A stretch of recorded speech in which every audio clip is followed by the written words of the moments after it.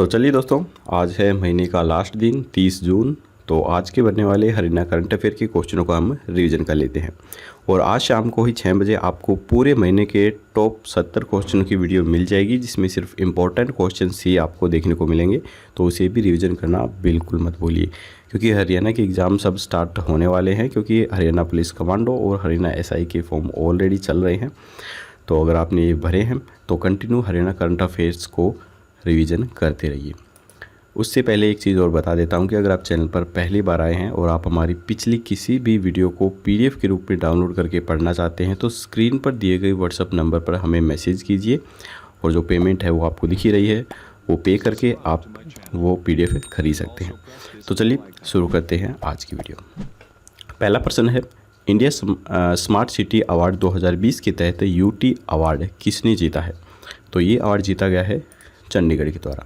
Smart cities mission एक परिवर्तनकारी mission है जिसका उद्देश्य देश में शहरी विकास के अभ्यास में एक आदर्श बदलाव लाना है। आज की तारीख में 69 स्मार्ट शहरों ने देश में अपने ICCC का विकास और संचालन भी किया है। तो यहाँ पर हम एक सारणी के द्वारा आसानी से देख सकते हैं कि कौन सी जो शहर है वो किस चीज़ में आगे है। स्मार्ट सिटी अवार्ड के बारे में बात करें तो इंदौर और सूरत पहले स्थान पर है। और अगर स्मार्ट सिटीज़ लीडरशिप अवार्ड की बात करें तो अहमदाबाद पहले स्थान पर है, वाराणसी दूसरे स्थान पर और रांची तीसरे स्थान पर है।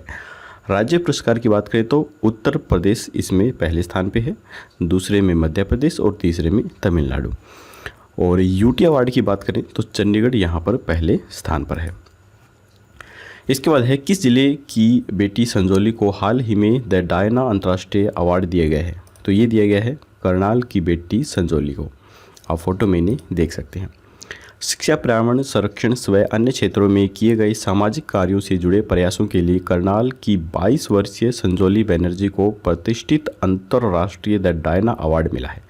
प्रिंसेस ऑफ वेल्स डायना की याद में दिए जाने वाले इस पुरस्कार के लिए जजिंग्स पैनल्स के 12 सदस्यों की ओर से इनका चयन किया गया। लंदन में होने वाले सम्मान समारोह में प्रिंसेस डायना के दोनों बेटे द ड्यूक ऑफ कैम्ब्रिज व द ड्यूक ऑफ सक्सेस भी शामिल होते हैं। पुरस्कार प्रतिवर्ष बर्गिम पैलेस में दिया जाता है, लेकिन इस बार कोविड के कारण आयोजन वर्चुअल मोड पर हुआ था।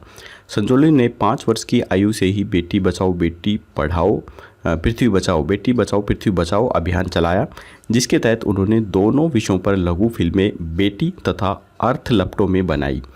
4500 किलोमीटर के जागरूकता अभियान में हजारों लोगों को जागरूक भी किया, वह सैकड़ों पेड़ भी लगाए हैं।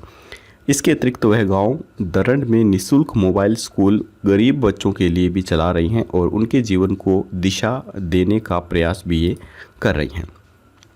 अपनी छोटी बहन अनन्या के जन्म पर भारत की पहली लोहड़ी बेटी के नाम बनाकर उसने कन्या भ्रूण हत्या विरोधी अभियान को भी जन्म दिया।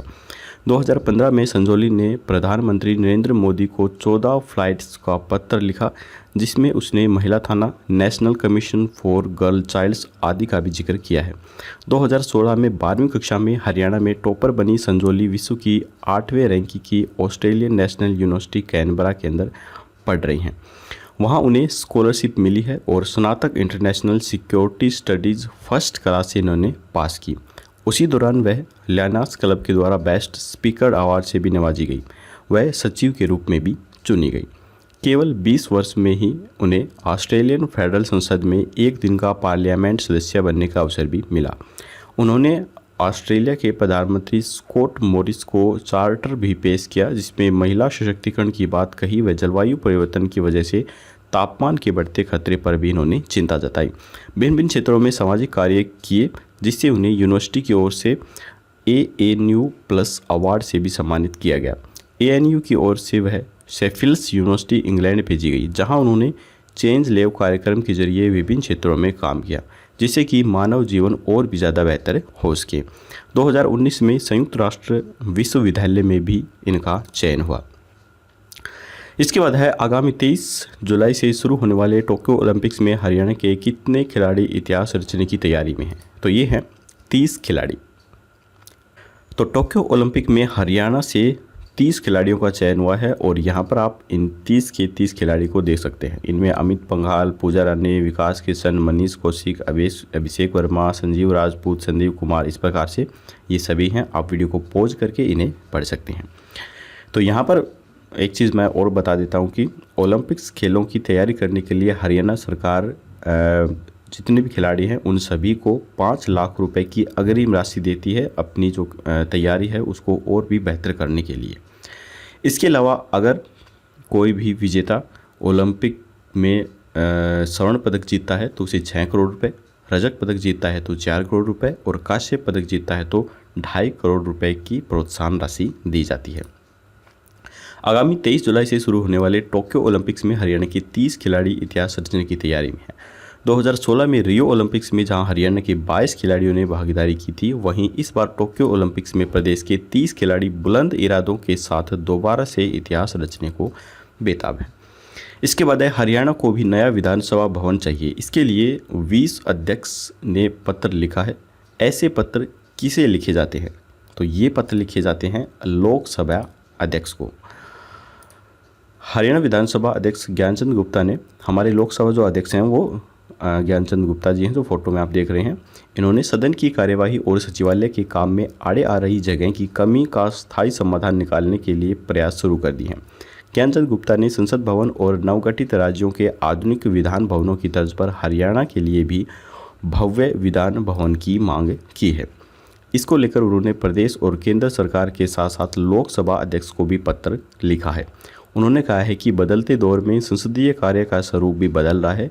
इसके लिए न सिर्फ पर्याप्त स्थान चाहिए बल्कि आधुनिक तकनीक से लैस संचार ढांचा की भी जरूरत होगी। इसीलिए प्रदेश सरकार ने चंडीगढ़ प्रशासन से नए विधान भवन के लिए जगह की भी मांग की है। इस योजना में विपक्ष को साझेदार बनाने के लिए पत्र की प्रति विधानसभा में नेता प्रतिपक्ष भूपेंद्र सिंह हुड्डा को भी भेजी गई है। इसके बाद 6 राज्यों के मुख्यमंत्रियों के बीच अगस्त 2018 में हुए रेणुका सहित लखवार व किसाऊ बांध समझौते के तहत किस राज्य को सबसे अधिक 47.82% पानी मिलेगा? 47 यानी कि 47.82% पानी मिलेगा। तो ये मिलेगा हरियाणा को। हरियाणा सरकार ऊपरी यमुना पर बनने वाले रेणुका, लखवार और किसाऊ नामक बहुउद्देशीय बांध परियोजना को शीघ्र पूरा करने पर फोकस कर रही है। राज्य सरकार इन परियोजनाओं के कार्य जल्द ही शुरू करवाने के लिए सक्रिय भी हो गई हैं। 6 राज्यों हिमाचल प्रदेश, हरियाणा, उत्तराखंड, उत्तर प्रदेश, राजस्थान और दिल्ली, इनके अंदर पानी और बिजली की उपलब्धता बढ़ाने वाली इन 3 बांध परियोजनाओं को पूरा करने का जिम्मा केंद्रीय जल शक्ति मंत्रालय ने ऊपरी यमुना नदी बोर्ड को दिया है। किसाऊ बांध के बकाया समझौते के लिए मुख्यमंत्री मनोहर लाल केंद्रीय जल शक्ति मंत्री से भी मिल चुके हैं।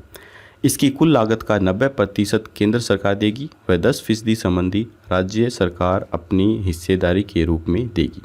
6 राज्यों के मुख्यमंत्रियों के बीच अगस्त 2018 में हुए समझौते के तहत हरियाणा ने इन परियोजनाओं से बिजली की अपेक्षा पानी लेने को प्राथमिकता दी है। इनसे सबसे अधिक 47.82% पानी हरियाणा को मिलेगा। पीएम नरेंद्र मोदी ने कोविड-19 संक्रमण को रोकने के लिए किए प्रयासों के लिए हरियाणा के किस जिले के डीसी की सराहना की है? तो ये की है गुरुग्राम। प्रधानमंत्री नरेंद्र मोदी ने गुरुग्राम जिला प्रशासन की ड्राइव यू वैक्सीनेशंस कार में आओ टीका लगाओ मुहिम की जमकर सराहना की है। उन्होंने कोरोना संकट में जिस तरह से यहाँ पर प्रचार किया है वैसे ही अन्य जिलों में भी किया जाना चाहिए।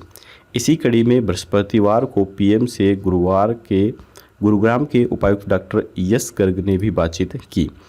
प्रधानमंत्री ने गुरुग्राम जिला प्रशासन की ड्राइव यू वैक्सीनेशंस यानी कि कार में आओ टीका लगाओ मुहिम की जमकर सराहना भी की है। तो यहाँ पर हमारे आज के हरियाणा करंट अफेयर के क्वेश्चंस खत्म होते हैं। अब हम देख लेते हैं कल के प्रश्न का आंसर। कल हमने आपसे पूछा था कि हरियाणा में एड्स से संबंधित शक्ति परियोजना का शुभारंभ किसके द्वारा किया गया? तो इसका जो राइट आंसर था वो था ये मानुषी छेलर के द्वारा किया गया। HIV संक्रमण और एड्स को रोकने के लिए HIV यानी कि ह्यूमन इम्यूनोडेफिशिएंसी वायरस, इन टीकों की आवश्यकता के बारे में जागरूकता पैदा करने के लिए 18 मई को दुनिया भर में प्रति वर्ष विश्व एड्स वैक्सीन दिवस बनाया जाता है। इस दिवस का उद्देश्य आम जनता को एड्स के बारे में शिक्षित करना, शोधकर्ताओं को प्रोत्साहित करना और टीकाकरण अभियान में आम जनता की भागीदारी सुनिश्चित करना है। इस उत्सव का नेतृत्व national institute of health, national institute of allergy and infectious disease के द्वारा किया जाता है। 18 मई 1998 को दुनिया भर में पहला विश्व एड्स वैक्सीन दिवस बनाया गया। तो चलिए अब हम देख लेते हैं क्वेश्चंस ऑफ द डे। हाल ही में सुजुकी मोटरसाइकिल इंडिया कंपनी का नया प्रमुख किन्हें नियुक्त किया गया है? तो यहाँ पर 4 ऑप्शन है, आपको राइट ऑप्शन हमें कमेंट बॉक्स में बताना है। और आज शाम को 6 बजे आपको पूरे महीने के टॉप 70 क्वेश्चनों की भी वीडियो मिल जाएगी, जिसमें इंपॉर्टेंट क्वेश्चन है, तो उसे भी वॉच करना बिल्कुल मत भूलिए। वीडियो पसंद आई हो तो लाइक जरूर कीजिएगा। अगर आपके दोस्तों को हमारे चैनल के बारे में नहीं पता है तो उनके साथ शेयर भी ज़रूर कीजिए। तो कल मिलेंगे ऐसी ही एक और नई वीडियो के साथ, तब तक के लिए जय हिंद, जय भारत।